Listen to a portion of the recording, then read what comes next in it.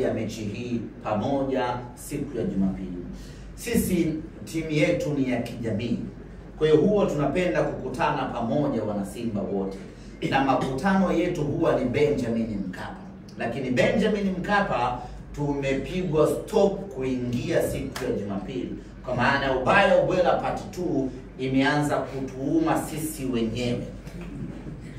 Kwa hiyo siku ya Jumapili wana Simba wote wa Dar es Salaam tutakutana eneo la Mwembe Yanga kwa ajili ya kuangalia mechi kwa pamoja. Kwa hiyo yote ambaye anahitaji kukutana siku hiyo, tukutane hapo Mwembe Yanga.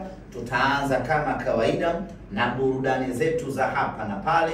Tutapata mziki wa kutosha pale, na muda ukifika tutakaa kwa pamoja na kuangalia mechi kama ilivyokuwa mechi dhidi ya Constantine.